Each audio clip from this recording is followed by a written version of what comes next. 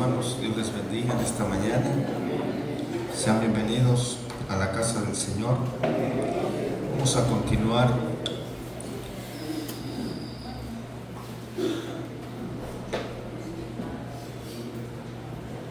hablando en Primera de Corintios, donde estamos.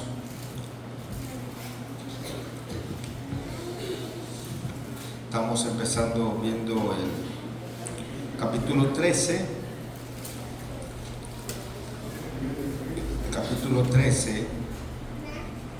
Y vimos el primer punto, los mayores dones y el amor. Y también estamos viendo el segundo punto, que es los mayores dones pueden perder su valor. Y vimos sobre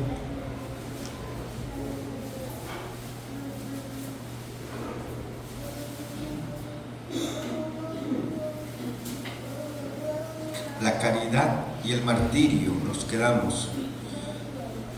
Y es posible que un hermano aprenda que las posesiones materiales carecen en sí de todo valor intrínseco y que llegue al punto de vender lo que tiene para dar a los pobres.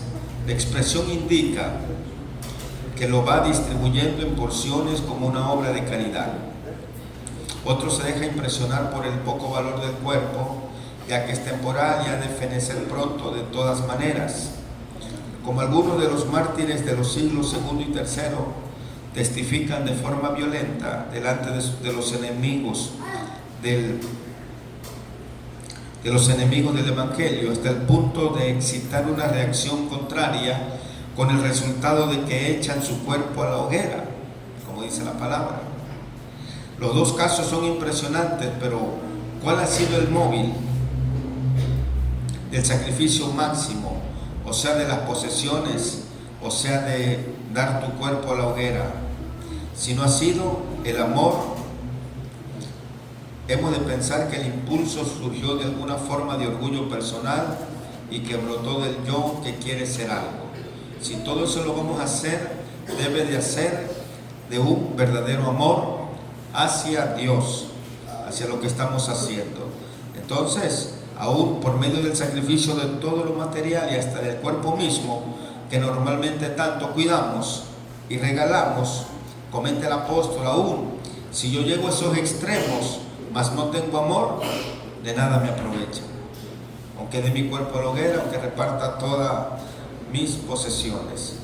Volviendo sobre los tres apartados, vemos que los mayores dones de elocuencia, aun siendo producidos por el Espíritu, no significan nada sin el amor. Recuerdo que todos los dones, la base es el amor. El amor. El ejercicio de los mayores dones de profecía, ciencia y fe, si no obra el amor, no hace sino reducir el ministro a nada personalmente. Los sacrificios máximos de bienes y de vida sin el móvil del amor no aprovechan nada a quien los realiza. El amor busca el bien y el provecho del hermano o del prójimo a expensas de los deseos y el aparente provecho del yo. El punto número 3 que sigue, lo que busca y lo que evita el amor. Del verso 4 al verso 7. ¿Alguien puede darle lectura? Recuerde Primera de Corintios. El amor es sufrido, es benigno. El amor no tiene envidia. El amor no es jactancioso, no se envanece, no hace nada indebido, no busca lo suyo, no se irrita, no guarda rencor, no se goza de la injusticia, mas se goza de la verdad. Todo lo sufre, todo lo cree, todo lo espera, todo lo soporta. Amén. Vemos una serie de negaciones aquí.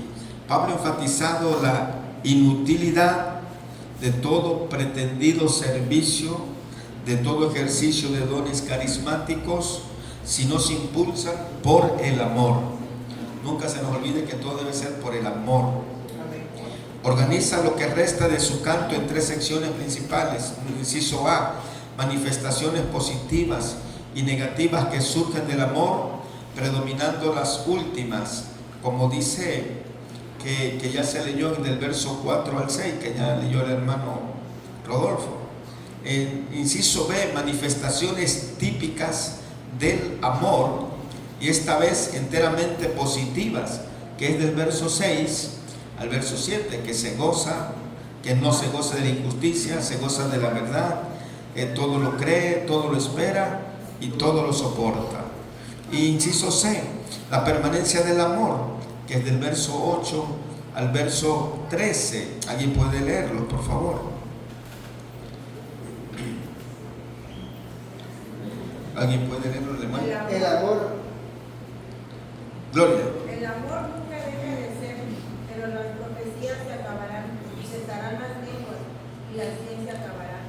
Porque en parte conocemos y en parte profetizamos, mas cuando venga lo perfecto, entonces lo que es, en parte se acabará.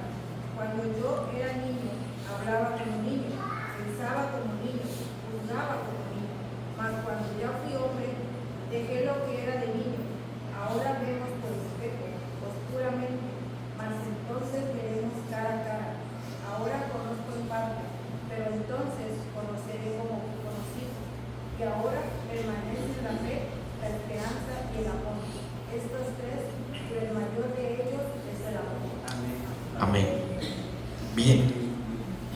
Entonces, hemos de considerar cada movimiento por separado, notando primeramente la serie en que predominan la mención de las manifestaciones que no pueden tener su raíz en el amor, deduciéndose pues que son obras de la carne. Y en forma más elocuente y poética el apóstol enseña las mismas lecciones aquí que se presentan en Gálatas capítulo 5, verso 19. Ahora sí leemos Gálatas 5, 19 al 23, donde contrastan las obras de la carne con las del fruto del Espíritu Santo. Y manifiestas son las obras de la carne, que son adulterio, fornicación, inmundicia, lascivia, idolatría, hechicerías, enemistades, pleitos, celos, iras, contiendas, disensiones, herejías, envidias, homicidios, borrachera, orgía y cosas semejantes a estas, acerca de las cuales os amonesto, como ya os lo he dicho antes, que los que practican tales cosas no heredarán el reino de Dios. Mas el fruto del Espíritu es amor, gozo, paz, paciencia, benignidad, bondad, fe, mansedumbre, templanza. Contra tales cosas no hay ley. Hasta el 23, amén. Bien.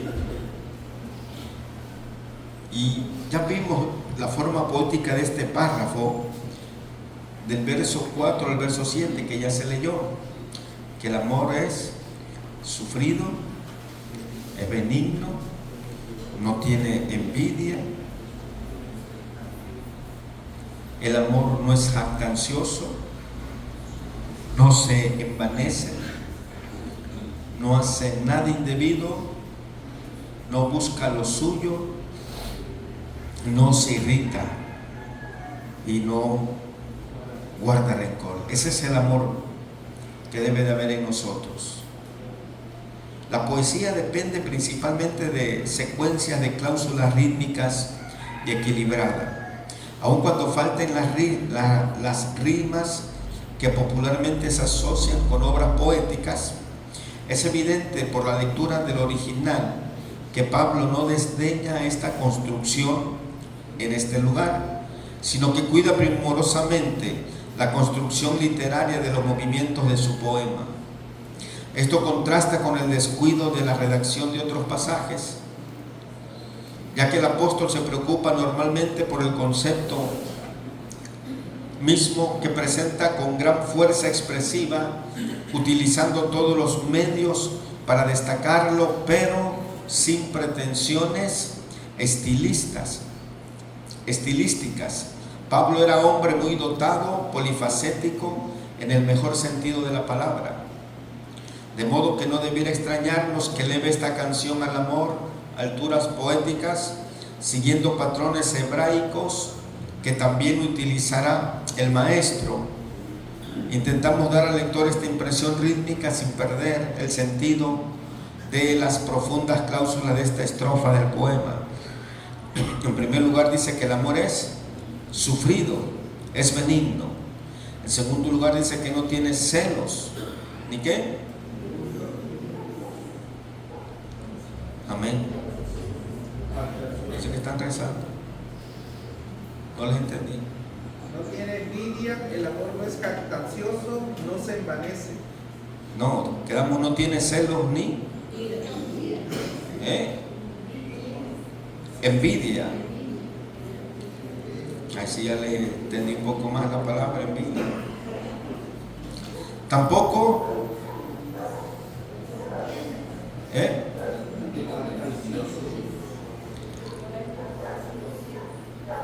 o sea, que no se porten decorosamente, no busca lo suyo, ni se irrita, tampoco ¿qué? No guarda rencor. No guarda rencor, no es suspicaz, ni se goza en pecados ajenos tampoco. Antes se goza en la verdad, en todo lo verdadero, con todo lo que es verdadero se goza el amor. Soportándolo todo, creyéndolo todo, esperándolo todo y sufriéndolo todo. Ese es el verdadero amor.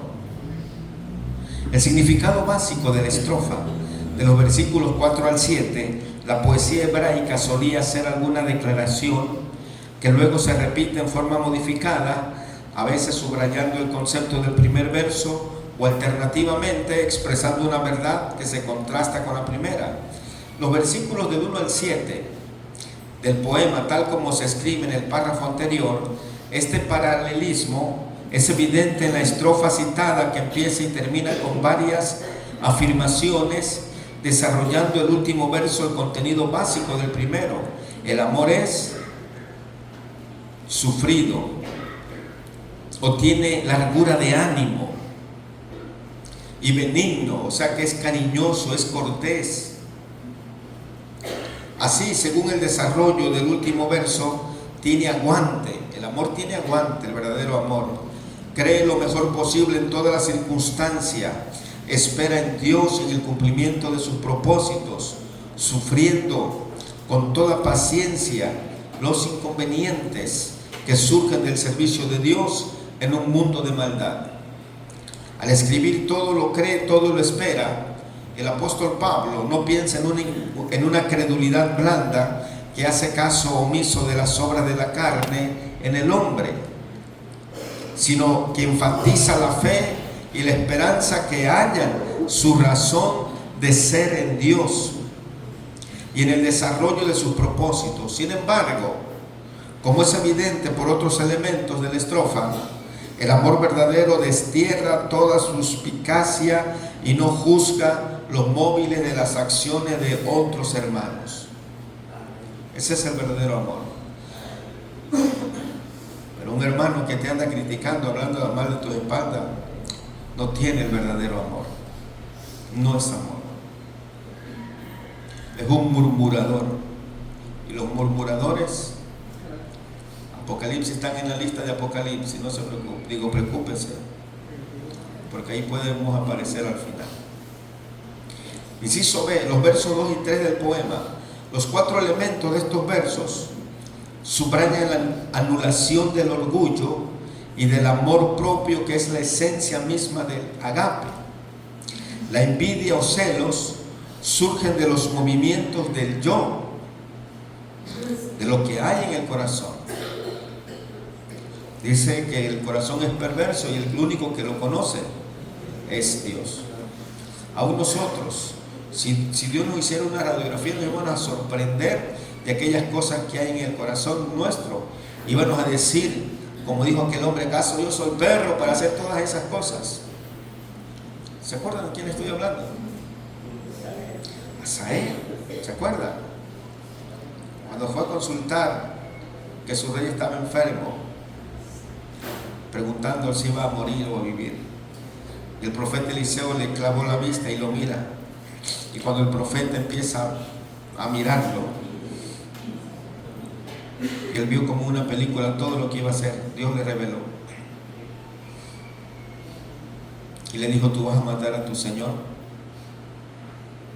Tú vas a matar a las mujeres embarazadas, le vas a atravesar el vientre. Vas a estrellar a los niños contra la pared. Y se enojó y dijo: ¿acaso yo soy perro?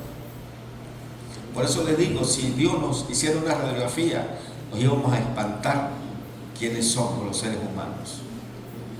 Y a lo mejor íbamos a decir igual que este hombre.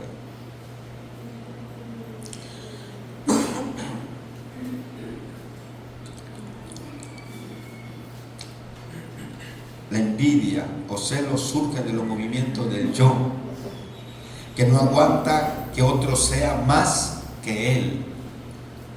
A muchas personas se le ve claro cuando tienen envidia de otra persona que está progresando. De verdad. A mí me da gusto como pueblo cuando yo veo que mis hermanos están progresando. A mí me da gusto por la vida de ellos. Pero uno no tiene por qué de qué ponerse celoso de nada. O alguien más está, Dios lo está usando, qué bueno. O alguien más que se esté levantando.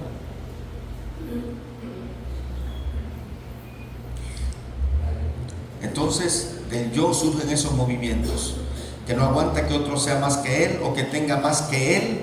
Tal fue el pecado de Caín, que le llevó por fin a matar a su hermano Abel.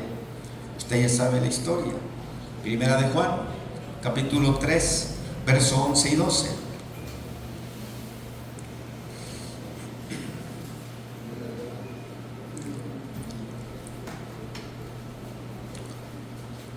Porque este es el mensaje que habéis oído desde el principio, que nos amemos unos a otros, no como Caín, que era del maligno y mató a su hermano.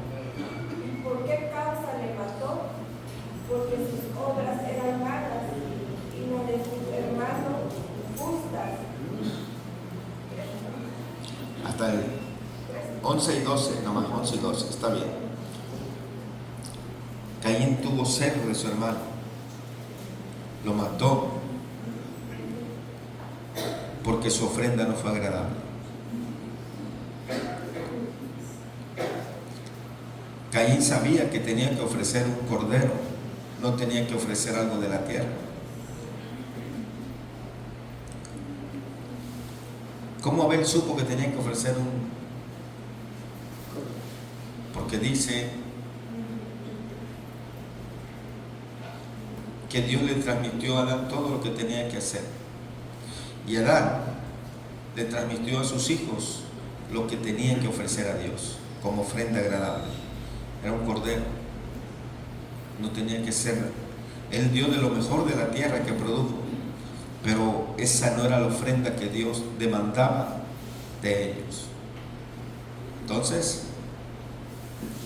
el mismo impulso carnal da lugar a jactancias disfrazadas u obvias, y la hinchazón que concede una extremada importancia a lo que cada uno cree que ha realizado. El amor se interesa en Dios primero y en el hermano después. ¿Ok?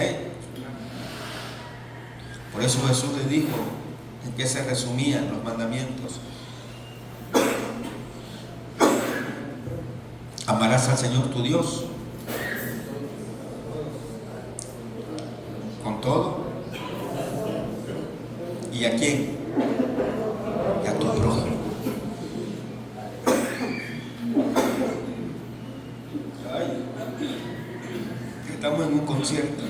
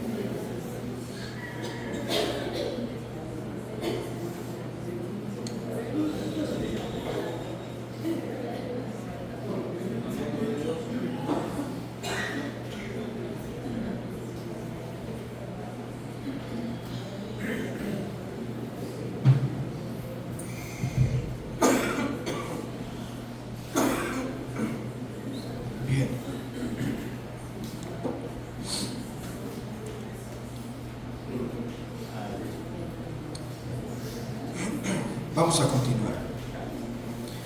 Dice que el amor se interesa en Dios primero y en el hermano después, de modo que estimará cuanto realiza como poca cosa, diciendo sin sombra de hipocresía: siervo inútil soy. Ok, que todo lo que hagamos, dijo Jesús, que Él nos ha mandado a hacer, digamos: siervo inútil soy. Y muchos dicen como Nabucodonosor: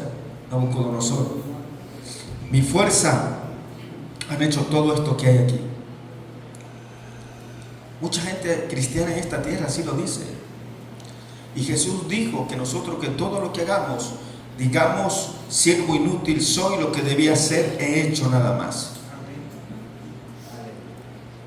Pero muchos se van como, les vuelvo a repetir: mi fuerza, mi poder, mi sabiduría, mi trabajo, mi capacidad ha hecho todo esto lo que tengo. El amor amortigua los movimientos psicológicos poco discretos y fuera de tono, despertando una delicadeza instintiva en el corazón del creyente, quien por eso no se porta indecorosamente. Tenemos que portarnos decorosamente todos los días de nuestras vidas y con todas las personas. Inciso C, el verso 4 del poema Vamos. El primer elemento del verso manifiesta la indiferencia del amor frente a las posesiones materiales y el poco aprecio que tiene de sus derechos. Cuando se trata de posiciones que podrán corresponder a su labor por centrar su interés en el otro, puede vencer los instintos egoístas del viejo hombre, que busca con afán todo el bien material como los honores de los cargos. El viejo hombre lo que quiere: reconocimientos y todo lo más material que pueda. Manifestándose un verdadero altruismo, el amor no se irrita ni manifiesta la violencia, reacción del enojo, que suele hallar su origen en el despecho de quien se cree postergado personalmente o lesionado de sus intereses. El verbo es paroxuno y el sustantivo correspondiente se emplea para describir la contención que se produjo entre Pablo mismo y, ¿cómo se llamaba el otro que salieron primer viaje misionero? Bernabé. Por más que les quiero ayudar, pero no se recuerden ustedes las escrituras. Por más que los quiero ayudar, les quiero poner un 10. Yo tuve un maestro en la secundaria de estructura metálica y de repente ¿qué es un átomo? Y así cosas que te preguntaban. ¿Tienes un 10? O de repente te estabas hablando, tienes un 0, te quito el 10. Así mismo le pongo un 10 y luego le pongo un 100.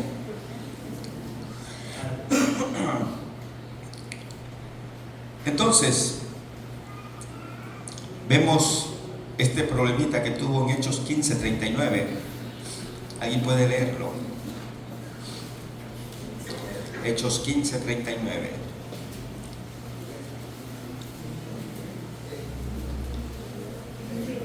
No toda carne es de la misma. Hechos 15:39. Hubo gran desacuerdo entre ellos que se separaron el uno del otro. Bernabé, tomando a Marcos, navegó a Chipre. Ahora voy a nombrar por nombre para que no se me metan primera, segunda y tercera.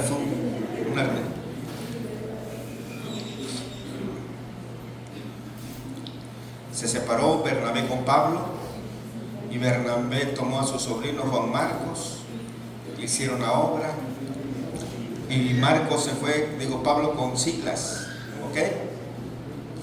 ¿Vieron? Y que resultó en la separación de los campos de servicio del apóstol Bernabé, del apóstol Pablo y Bernabé, Entonces la pregunta, ¿hemos de deducir que Pablo era inconsecuente y que no practicaba el amor que predicaba? En manera alguna, pues no se encontraban para nada los afanes egoístas en su disputa con Bernabé, o sea que entre ellos no había ese problema, sino solo la preocupación por el bien de la obra. Por Efesios capítulo 4, verso 26, sabemos que la ira frente al mal es a veces una virtud. Efesios 4, 26 dice, airaos, pero no. Efesios 4, 26.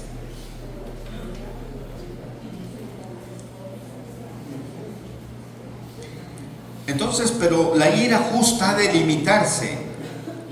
La ira justa, porque sigue diciendo que no se ponga el sol sobre vuestro enojo.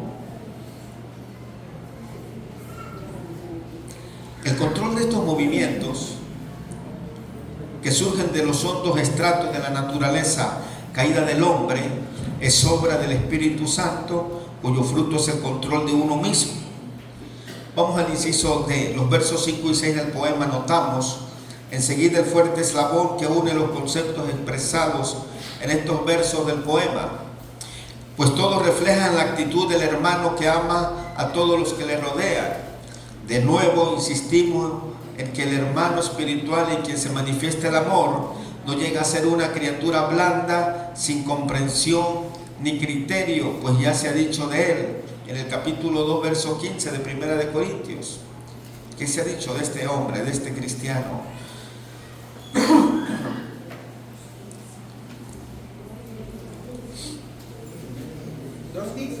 Sí, a ver, se ve.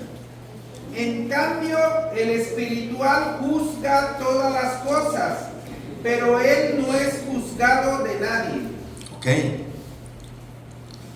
El espiritual juzga todas las cosas, pero él no es juzgado por nadie del mundo de los hombres naturales. ¿Por qué? Sabe de sobra la maldad que existe en el mundo, el hombre espiritual, y llora sobre las multitudes, las múltiples manifestaciones de la carne, aún dentro de las iglesias y en las esferas del servicio cristiano. A veces le es preciso formar un criterio sobre el valor de ciertos actos de servicio y los consejos del corazón, como también lo vemos aquí en el capítulo 4 de Primera de Corintios, del verso 3 al 5. Yo en muy poco tengo el ser juzgado por vosotros, por tribunal humano, y ni aún yo me juzgo a mí mismo, porque aunque de nada tengo mala conciencia, no por eso soy justificado, pero el que me juzga es el Señor. Así que no juzguéis nada antes de tiempo, hasta que venga el Señor, el cual aclarará también lo oculto de las nieblas y manifestará las intenciones de los corazones, y entonces cada uno recibirá su alabanza de parte de Dios. Okay. El amor pues no es suspicaz, o según la traducción no imputa móviles indignos. Por las mismas razones llora sobre los pecados ajenos, aun si se trata de la caída de alguien que le ha tratado mal. Positivamente el amor se goza, el hermano se goza con la verdad, o en otras palabras, se alegra de toda manifestación de la verdad. La verdad en su expresión última es el Evangelio, que encierra los designios de Dios, y el siervo de Dios que no se goza al enterarse de cómo Dios adelanta su reino por los esfuerzos y sacrificios de otros obreros, no es digno el mismo de poner la mano en el arado. Y ya hemos visto que el verso 7 del poema vuelve a desarrollar la manifestación fundamental del amor, que nos ayuda a aguantar todas las cargas que Dios permite que soportemos, mirando nosotros con afectuoso interés al hermano y al prójimo, sinceramente deseoso de que prospere y que sea bendecido. La reiteración de la paciencia y la esperanza del amor. Este versículo constituye el último movimiento del poema que estamos analizando. Produce el mismo efecto que el de los últimos versos de un soneto, subrayando y repitiendo el concepto principal de la poesía. La forma es la que los griegos llamaban chiasmos, que coloca los conceptos en forma de cruz, o sea, el último corresponde al primero, viéndose también una hilación entre los dos elementos que medían entre los extremos. Todos los conceptos llevan el adverbio todo, así. ¿Por qué? Dice, todo lo soporta.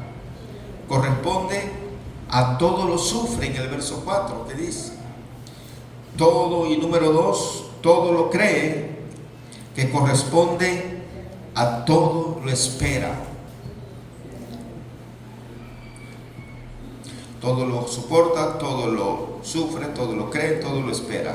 Entonces hemos considerado ya estos conceptos fundamentales que distinguen el amor netamente de las impaciencias de la carne, de la frustración y de la desesperación de quienes no ven la perspectiva de la esperanza que Dios nos ha abierto delante de nosotros por medio de su revelación. Así que volveremos sobre el tema de la esperanza a considerar el versículo 13 y que pone fin a este cántico al amor. Número 4, vamos a ver lo que se esfuma y lo que pertenece. Ya leímos del verso 8 al 10, donde dice que el amor nunca deja de ser, pero las profecías se acabarán, cesarán las lenguas y la ciencia acabará, porque en parte conocemos y en parte profetizamos. Mas cuando venga lo perfecto, entonces lo que es en parte se acabará. El amor permanente y los dones que cesan de ser útiles. El amor nunca fenece. La versión que tenemos, Reina 60, dice: el amor nunca deja de ser. Ninguna de estas traducciones da el sentido exacto de la palabra griega oudepote piptei, que significa en este contexto el amor nunca falla, o sea que nunca deja de tener su pleno valor. Es el reflejo de la misma naturaleza de Dios y obrará eficazmente durante todas las etapas de la revelación y aún por los siglos de los siglos. En cambio, las profecías se acabarán, y si en este caso el verbo es katargeo, quedar fuera de uso, que se emplea también en cuanto a la ciencia, en cuanto a lo parcial que leímos en el verso 10, y al referirse Pablo a lo que corresponde a niños en el verso 11, es el verbo típico de este pasaje, y no indica que ciertos dones han de ser abolidos, sino que perderán su valor en el ministerio público de la iglesia.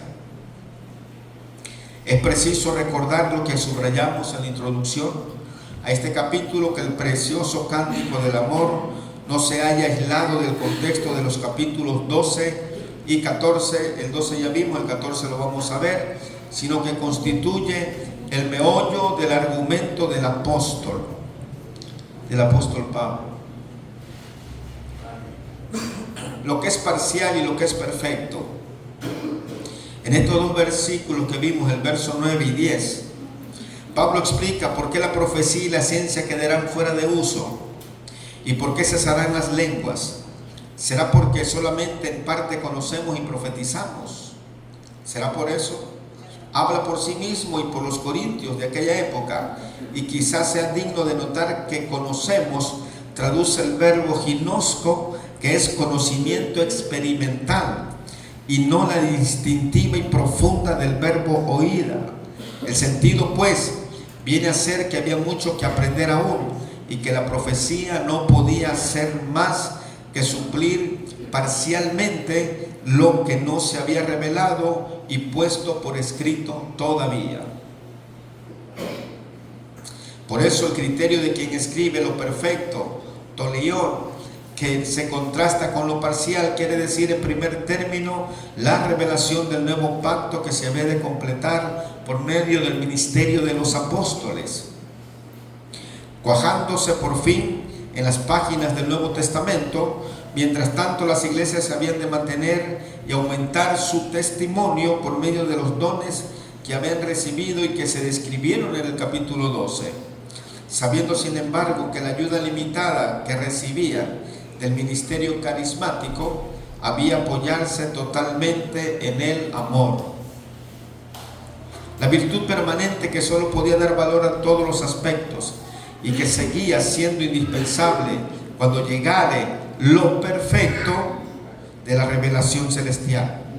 Pero insistimos en la continuidad del argumento que no deja de relacionarse con el ministerio de la iglesia de Corinto, sobre la base de los variados dones que habían recibido los creyentes por la operación del Espíritu de Dios. Ahora bien, es muy natural, inevitable quizás, que Pablo, al contrastar lo parcial del ministerio de aquel momento y el lugar con la plenitud de la revelación cristiana, alzara también sus ojos al cielo, gozándose al meditar en la plenitud de todo conocimiento, cuando la iglesia se hallase en su lugar, estableciéndose una comunicación perfecta y espiritual entre los santos glorificados y su Dios, conociendo cabalmente, como también, como dice en el verso 12, fui conocido. La última frase. Pero entonces conoceré como fui conocido. Pero tomamos la última frase. Fui conocido. Y esta perspectiva, dentro de la cual se hallan dos vertientes de un solo tema, es normal que el desarrollo del pensamiento del apóstol Pablo, pero precisamente por eso hemos ido por partes, considerando primeramente lo inmediato y temporal y después lo eterno y lo permanente.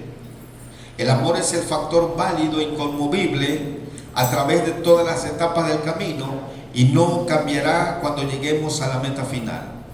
El amor es la base de todo, es la estructura de Dios.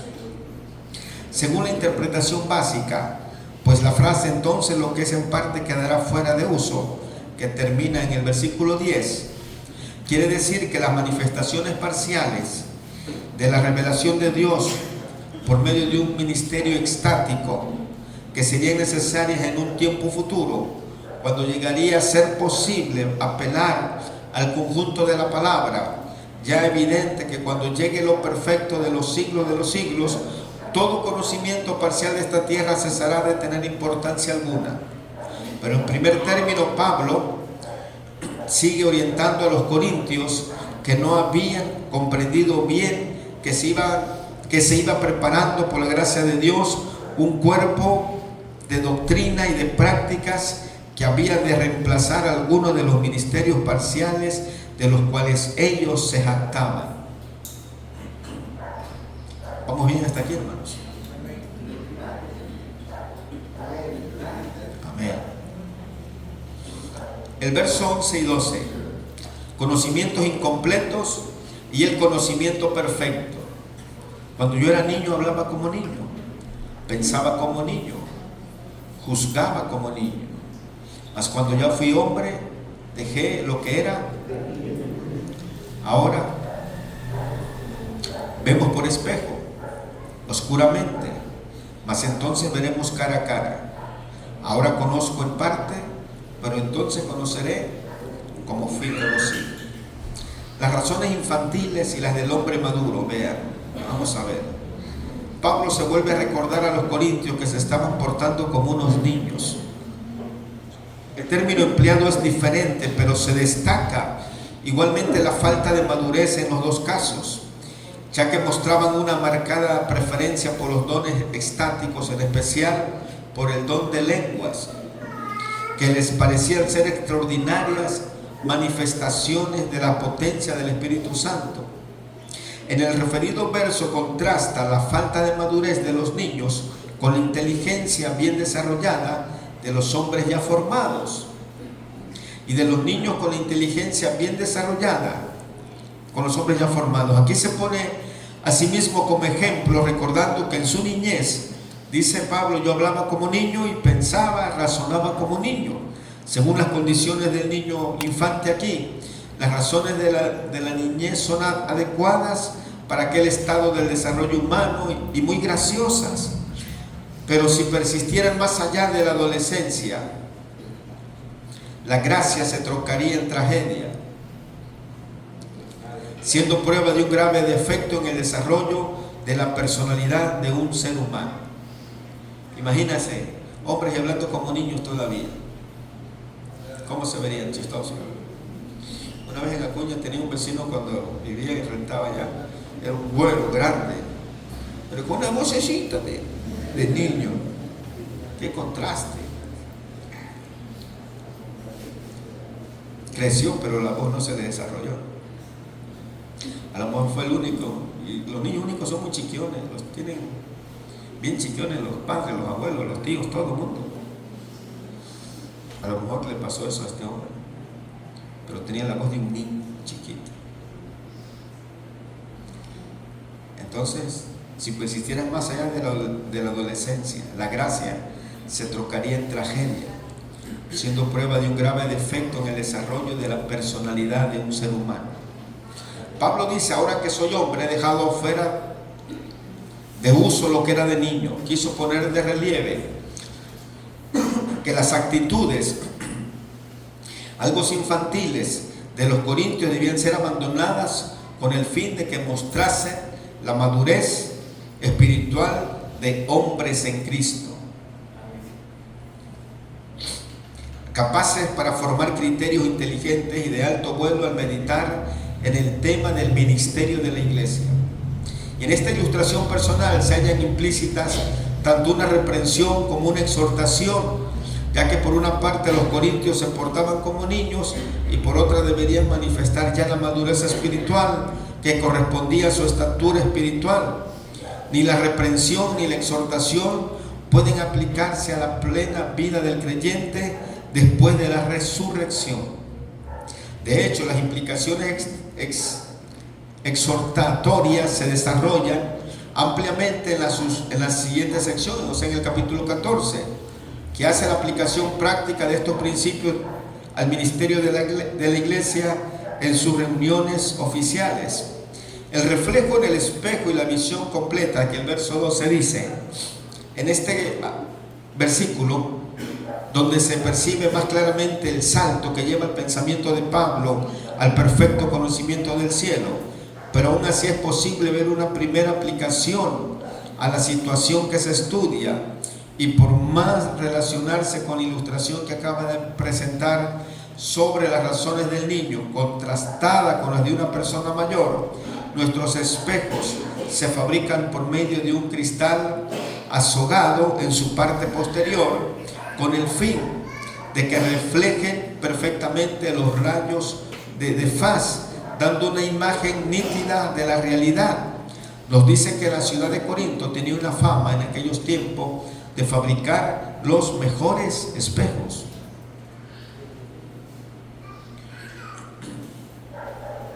Pero se trataba de láminas de metal bruñidas que con el mejor de los casos no podían dar más que una impresión borrosa de la realidad. Por eso dice el apóstol Pablo que nuestro conocimiento actual de las realidades espirituales pueden compararse a tal reflejo imperfecto de la verdad, ya que vemos por medio de un espejo, dice, como si tratásemos de solucionar un enigma.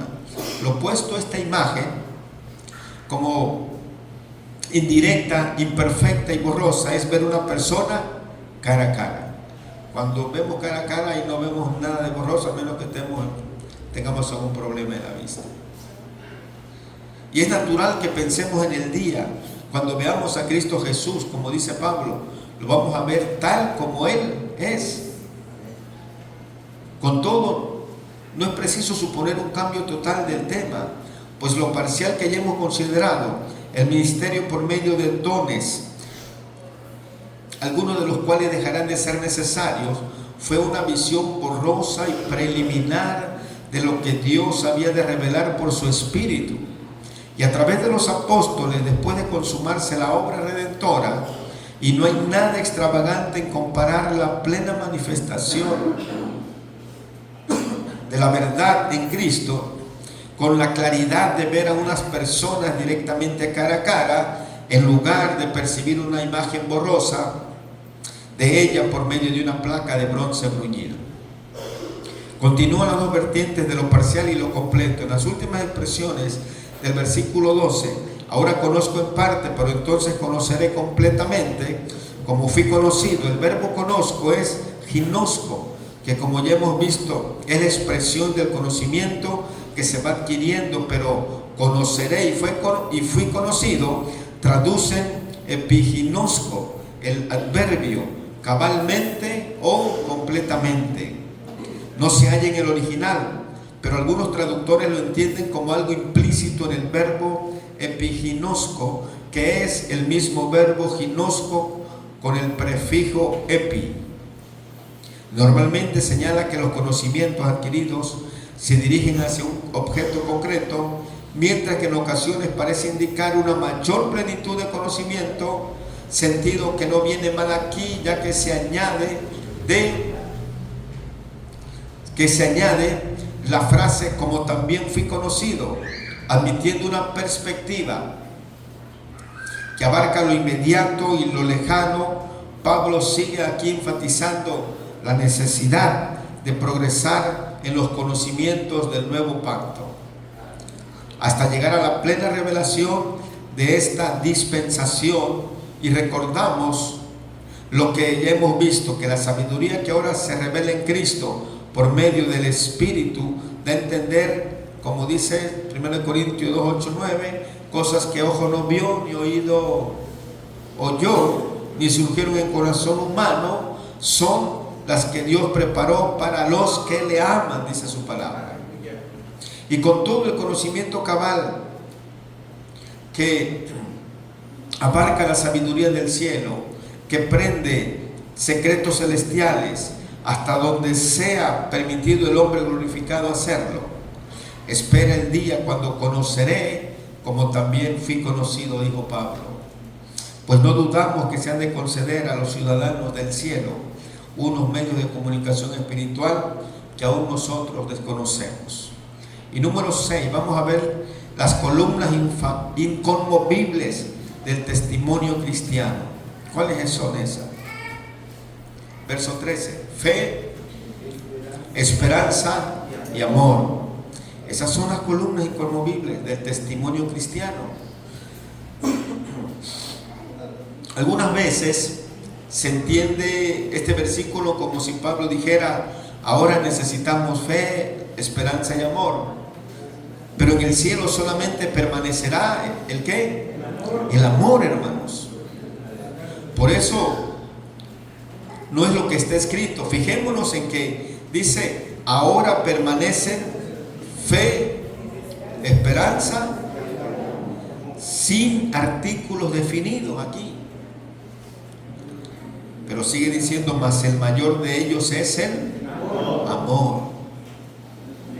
El apóstol ha insistido mucho en el amor como un factor imprescindible que valoriza todo ministerio espiritual, pero no quiere que los corintios se olviden del sagrado trío, cuyos componentes son igualmente necesarios para el desarrollo de la vida cristiana en todos sus aspectos, que seguramente la fe y la esperanza se matizarán por la gloria del estado eterno, pero no por eso dejarán de existir como algo esencial para las relaciones que existan entre nosotros y Dios por el transcurso de los siglos.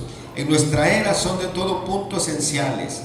El vocablo ahora, que inicia la declaración del versículo 13, significa no tanto en este tiempo, sino indica que Pablo hace un resumen de la situación y corresponde a nuestra frase ahora bien. Enfatiza que después de todo lo discutido quedamos con estos tres principios básicos, que es fe, esperanza y amor.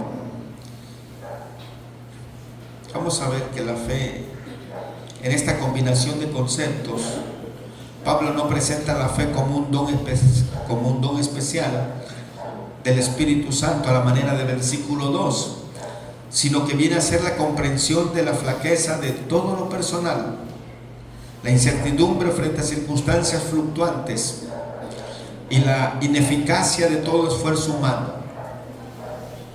Todo ello nos lleva a desconfiar de lo terrenal para descansar completamente en la persona y en la obra de Dios mismo.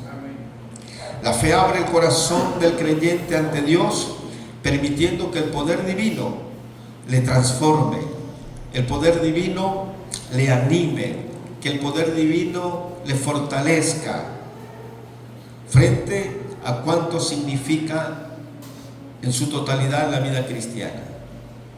Sea en la experiencia íntima de cada uno, sea en su testimonio frente al mundo, sea en su servicio en la iglesia, tal es la fe que obra por el amor que habla Gálatas capítulo 5 verso 6.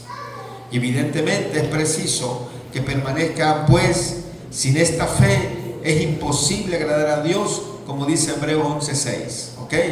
Ni llevar a cabo cosa alguna en el ámbito de su reino. Por eso es muy importante este trío, la fe. Vamos a hablar sobre la esperanza. La esperanza en el Nuevo Testamento se ha de distinguir de las vagas e inciertas expectaciones humanas en que tantas veces se ven defraudadas al enfrentarse con las crudas realidades de la vida humana. En un mundo de pecado podemos definir el término de este modo: la esperanza es la certeza creada en nosotros por el Espíritu Santo de que se cumplirá todo cuanto Dios ha propuesto y prometido en relación con su pueblo. ¿Okay? Así definimos la esperanza, que es la certeza creada en nosotros por el Espíritu Santo de que se cumplirá todo cuanto Dios ha propuesto y prometido en relación con su pueblo. Solo la esperanza abre delante del alma la perspectiva de un porvenir de bendición y de consumación. Por eso Pablo declara que en esperanza fuimos nosotros salvos. Eso lo escribió allá en Romanos capítulo 8 verso 24. El Evangelio no solo proclama la salvación en Cristo, sino también señala la meta de la vida nueva, que es la bendición, la consumación y la glorificación de la personalidad del hombre redimido, adaptada perfectamente a las condiciones de los siglos.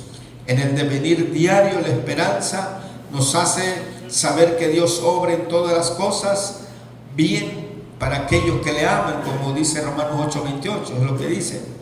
Y en cuanto a nuestro servicio, nos asegura que todo cuanto se siembra espiritualmente se segará en el día de la cosecha. Pese a que nosotros por lo pronto quizás no percibamos o no percibamos la germinación de la semilla, ¿cómo podríamos seguir adelante sin la esperanza? ¿No? Es el gran remedio que Dios provee contra toda tentación que nos lleve al cansancio, a la frustración y a la desesperación. Eso es la esperanza.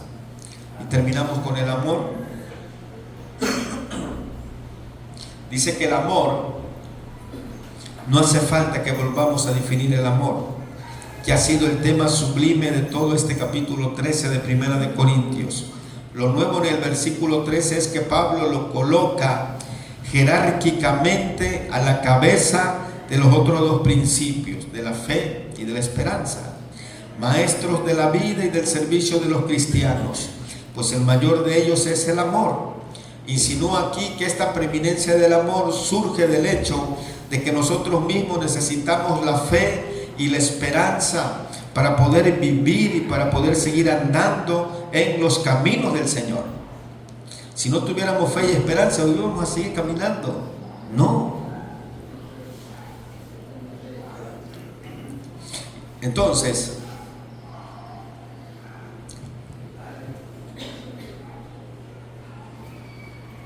hasta cierto punto, pues hay un elemento personal y egoísta.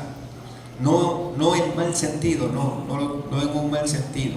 Al aprovechar la fe y la esperanza, Ahora bien, el amor es el reflejo de la naturaleza de Dios, quien no precisa ni de fe ni de esperanza, siendo suficiente por sí mismo, además de ser la roca que sustenta toda nuestra confianza con todo.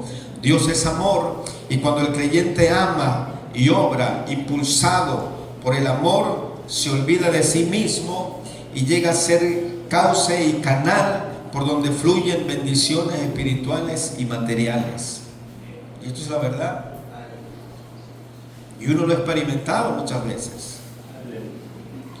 Entonces, para otros, manifestado en ellos su semejanza, aquel que le crió en Cristo Jesús, hemos dicho que los conceptos de fe y esperanza quedarán matizados por la perfección del cielo, pero el amor florecerá más abundantemente allí, llegando a su consumación por hallarse en su propio ambiente, que es Dios. De ahí emana el amor, hermanos. ¿Le entendieron el capítulo 13? Sí, bueno, por el momento sí le entendieron. Pues con eso me alegro, por el momento. Dios les bendiga, pónganse de pie. Te damos gracias, Señor. Permite que hayamos entendido este capítulo 13, que nos habla del amor. Que lo principal que nosotros como cristianos debemos tener es el amor tuyo. Que aunque tengamos dones, ministerios, pero si no tenemos amor, nada nos sirve, Señor, nada. Nada es para tu gloria, todo es para la gloria del mismo hombre. Pero líbranos de robarte lo que es tuyo.